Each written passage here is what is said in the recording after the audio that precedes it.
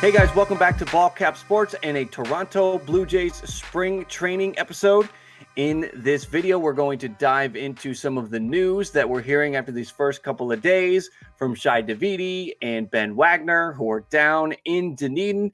We'll be looking into this whole Rhys McGuire situation, and we're going to take a look at the 2020 schedule, highlight some key dates, some stretches, and things like that. So let's dive into it. And Jays fans, you are getting the first green screen situation here. So let's keep our fingers crossed that this doesn't go poorly and fall apart on us. Anyway, Reese McGuire, my man, what are you doing?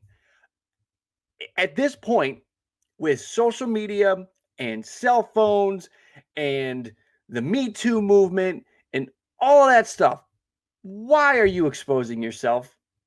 You are a professional athlete.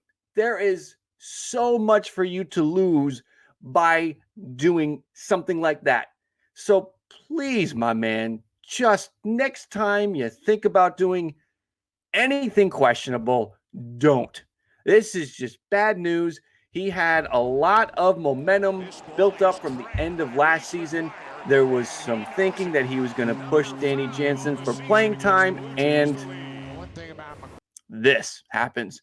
So here's a statement from the Blue Jays, February 12th. Blue Jays are aware of the recent incident involving Reese McGuire. He has been in communication with the Jays, and we are working to gather information. Out of respect for the legal process, neither he nor the club will comment any further at this time. That was on the 12th.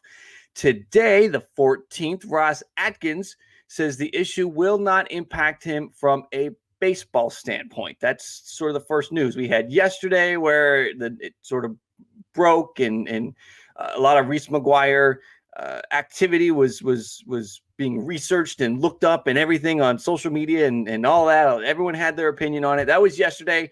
Today, Atkins comes out and says that it will not impact him from a baseball standpoint. So we'll see. There has to be a legal process that happens here, and if it gets really bad, he's going to be in tough shape. So other than this whole situation with Rhys McGuire, we've had Shi, we've had Ben. They're down there. They're tweeting out pictures of Ryu in the bullpen, and he's looking good in a Jays uniform. You had Shoemaker, a lot of activity on Twitter, seeing some of these guys for the first time, and for the first time this year.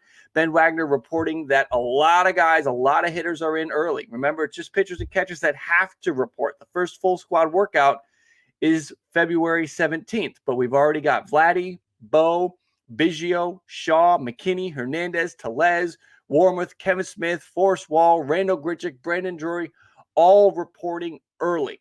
So that's good news. These guys want to get in there. They want to get the reps in. They want to get their timing down. They're ready for the season to start. That's great news. And another thing that's kind of cool, Bo Bichette's father, Dante Bichette, is going to be around for spring training and serving as a guest instructor. So hopefully he can reinforce with some of these guys how to crack some home runs, because Dante Bichette was very good at that. So here's some bad news, though. Shi did tweet today, Friday, that Borucki is being shut down. Montoyo says it's precautionary, but being shut down due to tightness in his left elbow, and is undergoing an MRI. This is bad news for him. He's one of their young pitchers, a lot of promise with Ryan Borucki, but they want to be careful with him. They don't need to push him along. They went in and brought 4 new starting pitchers for this season. So we're not worried about him. Get healthy, get back, and let's have some time for Ryan Borucki here to get things together. So that's okay. They're being precautionary. They should, and that's good news. The other news today is that, also from Shi, is the current plan is for Randal Grichuk to start the season in center field. We've seen him in right. We've seen him in center. He's played everywhere in the outfield in his career. Last year, played 62 games in center field. So the plan is for him to get the center field nod to start the year. Now, some key dates. Again, the first full squad is February 17th. The first spring game is on February 22nd. That is over in Tampa against the Yankees. And the first game in Dunedin will be on February 24th against the Braves. So that's everything spring training related as of right now, February 14th, Friday afternoon. Other thing I wanted to do in this episode is take a look at the schedule for 2020 because there's some key dates. There's some interesting points that I felt when I was looking at the schedule last night that would be worth going over. So the home opener is Boston on March 26th. Does anybody else feel like March 26th is just so early for baseball? I know we don't want to be playing in the snow on the other side in October and November, but man, October 26th, and next year's the World Baseball Classic. I think we're going to have baseball in February next year. It's insane.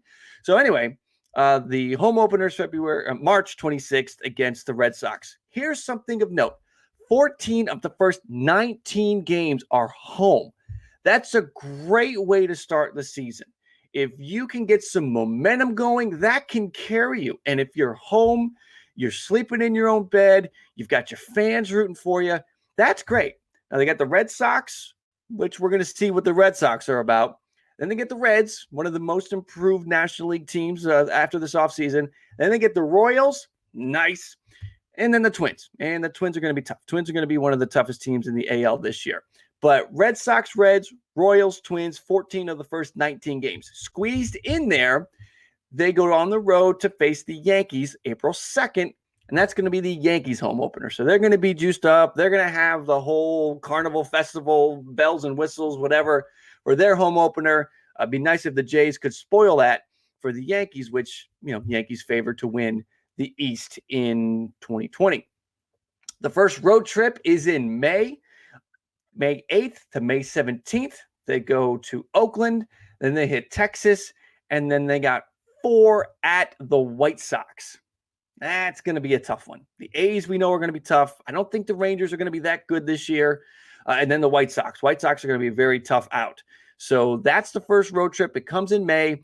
Then they come back May 18th, and it's Victoria Day. And they get the Astros on Victoria Day. That is also Kevin Biggio Hit for Cycle Bobblehead Day. We'll get into a couple more of the key giveaways later in the episode. But they come back from that road trip. They got Victoria Day, so they have a Monday afternoon game against the Astros. Looking at some other points of the schedule, in May, they've got that West Coast trip early. They're going to squeeze in 10 games against the Orioles in May, 7 at home and 3 on the road.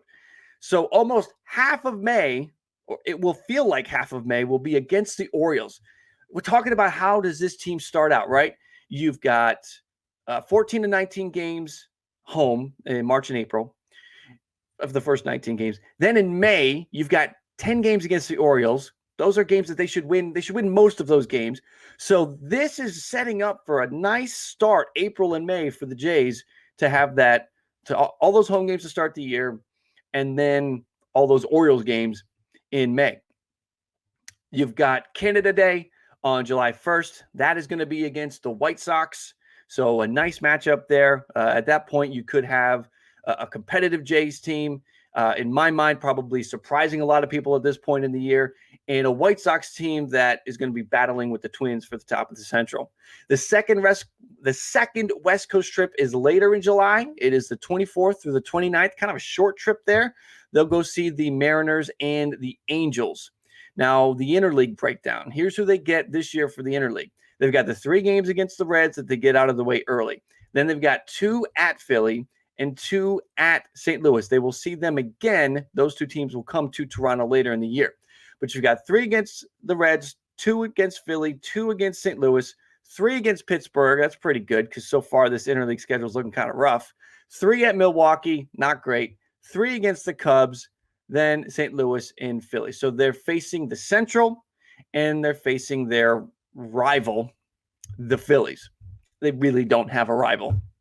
So the interleague schedule is not that great because the Central is going to be tough with the Reds, the Cardinals, the Brewers, and who am I forgetting? Well, they get the Pirates. That's good. But the Reds, Cardinals, Cubs, Brewers, that's going to be tough. They get Pittsburgh. It's in Pittsburgh. I don't know. I don't love the interleague schedule. I don't love how they break these schedules down when they're playing, AL and NL thing. The rivalry is a joke. They don't have a rivalry with the Phillies. We're going back to 1993 in the World Series. Come on. Anyway, that's the interleague schedule. I don't love it because I think the Central is going to be one of the toughest divisions, and the Jays got to go take on the NL Central. In September. Now, this is important because as they're getting through to the final stretch of the season, you're going to hope that if they're fighting for something, what is that last month going to be? In September, they've got 3 against Detroit. That should be good. And they got Tampa. And that's going to be tough, but it's home, so that's good. Then they go to Baltimore, so that's good. So the first 9 games in September look promising.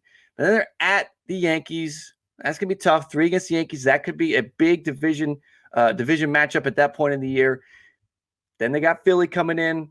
We don't know what the Phillies are going to be like. Really, it's a coin flip if they're going to be good, if they're going to be like they were last year.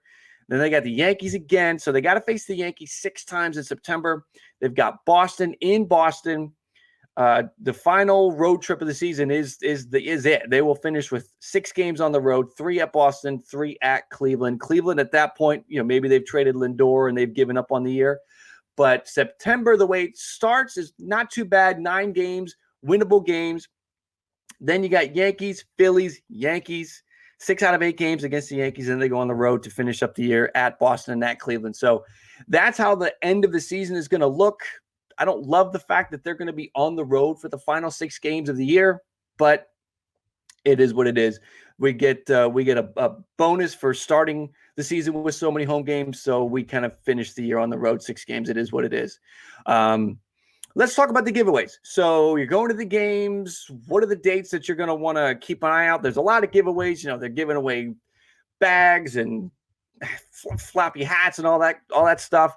Some key dates that you're probably going to want to keep an eye out for. So May 18th, we've got Kevin Biggio hit for the cycle bobblehead day thing, right? Okay, cool. That's something that you're probably going to want to hit up. On June 6th, it is Lourdes Gurriel Jr. Pina Power Beach T-shirt day. That could be cool. I haven't seen what it looks like yet, but that could be cool. June 26th, you've got a Ryu replica jersey. July 31st, Randal Grichuk new blue replica jersey. I'm sure that'll be a good one. August 3rd, Bo bobblehead. It's the Bo Flow bobblehead. 8/29, Ryu designed hat giveaway. That is going to do it for this Blue Jays episode. I appreciate you guys tuning in, checking it out, and hopefully this green screen thing works out. The next time you see me coming on Talking Jays, it's probably going to be about the over-unders and maybe another projection for the 2020 season. But that's going to do it for this one. Thank you guys for checking it out. If you're a Jays fan, please subscribe. You're going to want to do that. We are going to be rolling out Jays content all year long. If you're just a fan of sports, you see the channel. You got basketball, football, baseball. We're doing projections for every player in the bigs. We've already done all of the Jays, so check those out.